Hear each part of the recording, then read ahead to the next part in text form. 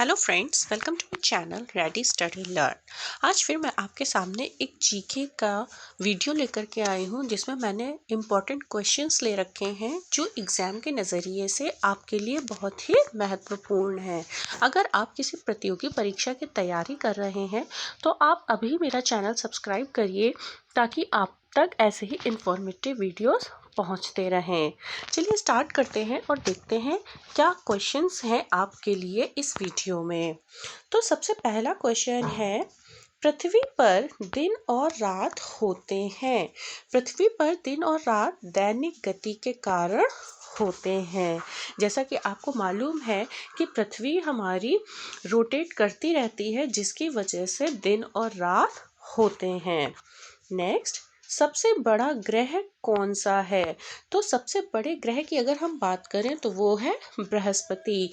वैसे तो हमारे सोलर सिस्टम में या सौर मंडल में पहले 9 ग्रह हुआ करते थे, लेकिन प्लूटो को कुछ कारणों की वजह से इन ग्रहों की लिस्ट से बाहर कर दिया गया, जिसकी वजह से अब हमारे सौर मंडल में सिर्फ 8 ग्रह ही रह गए हैं, जिनमें से सबसे बड़ा ग्रह है बृहस्पति। नेक्स्ट, सबसे छोटा ग्रह कौन सा है? तो सबसे छोटा ग्रह है बुध, जो सूर्य के सबसे निकट का ग्रह भी माना जाता है। नेक्स्ट, पृथ्वी का सबसे भीतर वाला भाग क्रोड किसका बना होता है? जैसा कि आप सबको मालूम है कि हमारी पृथ्वी को 3 पार्ट्स में डिवाइड किया गया है।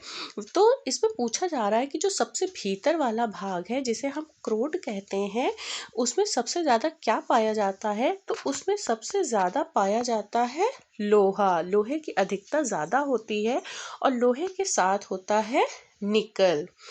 नेक्स्ट, मैंगनीज के उत्पादन में भारत का दूसरा स्थान है।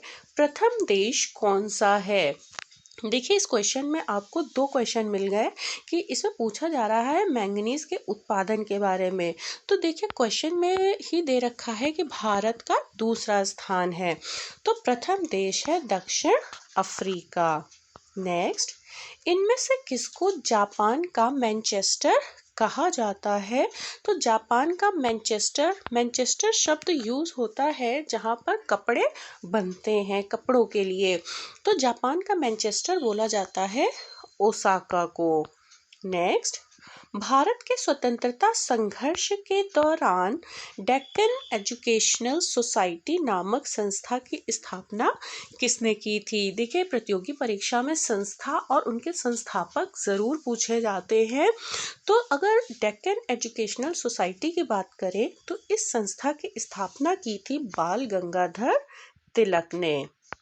नेक्स्ट, 1857 के गदर के समय भारत का गवर्नर जनरल कौन था? तो 1857 के गदर के समय भारत का गवर्नर जनरल था लॉर्ड कैनिंग। नेक्स्ट, भारत भारतीयों के लिए नारा किस संस्था ने दिया था? तो भारत भारतीयों के लिए नारा दिया था आर्य समाज ने। नेक्स्ट, विंध्याचल और सतपुड़ा पहाड़ियों के बीच से होकर बहने वाली नदी कौन सी है? तो अगर हम नदी की बात करें जो विंध्याचल और सतपुड़ा पहाड़ियों के बीच से होकर बहती है तो वो है नर्मदा नदी। नेक्स्ट, भारत की प्रथम बहुउद्देशीय परियोजना किस नदी पर बनाई गई थी? बहुउद्देशीय परियोजनाएं वो परियोजनाएं होती हैं जिनसे एक बार में कई सारे उद्देश्य पूरे किए जा सके। तो जो प्रथम बहुउद्देशीय परियोजना थी वो दामोदर नदी पर बनाई गई थी। आपको वीडियो कैसा लग रहा है और ये क्वेश्चंस आपके किस लेवल तक जा रहे हैं, आप ये मुझे सब कमेंट में ज़रूर बताइएगा, क्योंकि इसका हर एक क्वेश्चन आपके लिए बहुत ही यूज़फुल और इन्फॉर्मेटिव है। आगे देखते हैं। भारत में प्रथम स्थापित परमाणु संयंत्र को इंग्लिश में हम एटॉमिक प्लांट कहते हैं। तो भारत में प्रथम स्थापित परमाणु संयंत्र कौन सा है? तो भारत में जो पहला परमाणु संयंत्र यानी एटॉमिक प्लांट लगाया गया था वो था तारापुर परमाणु संयंत्र, और ये महाराष्ट्र में है। आगे देखते हैं। आगरा शहर को किसने बसाया था? तो आगरा शहर को बसाया था सिकंदर लोदी ने। नेक्स्ट क्वेश्चन, राष्ट्रीय प्रतीक के निचले भाग में उत्कीर्णित शब्द सत्यमेव जयते किस संदर्भ से लिए गए हैं? तो ये लिया गया है मंडूक उपनिषद से। नेक्स्ट, अशोक के शिलालेखों की लिपि क्या है? ये बहुत इंपॉर्टेंट क्वेश्चन है। अशोक से जुड़े और इनकी जो लिपियां हैं उनसे जुड़े बहुत क्वेश्चन एग्जाम में आते हैं। तो अशोक के जो शिलालेख पाए गए हैं उनकी जो लिपि है वो है ब्राह्मी लिपि। ये ब्राह्मी लिखा हुआ है, ये या नहीं है, ये माँ है। आगे देखते हैं, बिहू निम्नलिखित में से किसका लोकप्रिय उत्सव है? तो बिहू मनाया जाता है असम में। नेक्स्ट, विवेकानंद रॉक मेमोरियल कहाँ स्थित है? तो विवेकानंद रॉक मेमोरियल स्थित है तमिलनाडु में। आगे देखते हैं, महात्मा गांधी को राष्ट्रपिता के रूप में उल्लेख सबसे पहले किसने किया था? वैसे इस टॉपिक पर एक वीडियो पहले से बना चुकी हूँ। अगर आपने नहीं देखा है तो आप मेरे चैनल के पेज पर जाके देख सकते हैं कि किसको किसने किस उपनाम से नवाजा है या किस उपाधि से नवाजा है। तो वैसे ही यहाँ पूछा जा रहा है कि महात्मा गांधी को राष्ट्रपिता के रूप में उल्लेख सबसे पहले किसने किया था? तो वो किया था सुभाष चंद्र बोस ने। नेक्स्ट, प्रथम गोलमेज सम्मेलन कहाँ हुई थी? तो प्रथम गोलमेज सम्मेलन हुई थी लंदन में। और आपको ये मालूम है कि 3 गोलमेज सम्मेलन हुई थी। नेक्स्ट, देश का लौह पुरुष किसे कहा जाता है? तो देश का लौह पुरुष कहा जाता है, लौह ऐसे लिखा जाएगा, लौह पुरुष कहा जाता है सरदार पटेल को। नेक्स्ट, महात्मा गांधी जी को अर्धनग्न फकीर किसने कहा था?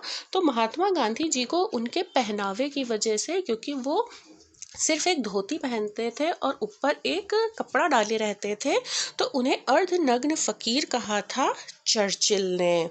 नेक्स्ट, महात्मा गांधी निम्नलिखित में से किनसे अधिक प्रभावित थे? तो महात्मा गांधी सबसे ज़्यादा प्रभावित थे लियो टॉल्स्टॉय से, और इन्होंने टॉल्स्टॉय नामक एक आश्रम की स्थापना भी की थी। नेक्स्ट, महात्मा गांधी का जन्म हुआ था, कब हुआ था? 1869 में। नेक्स्ट क्वेश्चन, पंजाब केसरी के नाम से कौन विख्यात थे? तो पंजाब केसरी के नाम से विख्यात थे लाला लाजपत राय। नेक्स्ट, निम्नलिखित में से कौन सी गंगा की सहायक नदी नहीं है?